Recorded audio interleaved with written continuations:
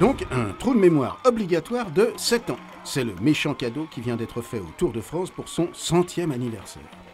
Tous les spécialistes du vélo ont l'air d'approuver d'un air entendu la décision du cyclisme international de faire disparaître Lance Armstrong des palmarès officiels, mais les profanes, eux, devraient quand même s'étonner d'une condamnation si tardive qui repose uniquement sur des témoignages et pas du tout sur les fameux tests antidopage dont on se demande du coup à quoi ils servent.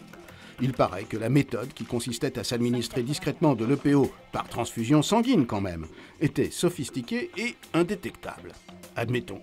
C'est d'autant plus triste que Lance Armstrong avait surtout gagné cette fois contre le cancer et avait du coup apporté au Tour, toujours un peu franchouillard, une part d'épopée non seulement typiquement américaine mais vraiment universelle. Mais la justice, c'est la justice, même interne au cyclisme. Admettons et terminons par une autre petite histoire de dopage. Henri Pélissier, que voici, le vainqueur français du Tour 1923, une gloire nationale, vide son sac devant le pape du journalisme français, Albert Londres.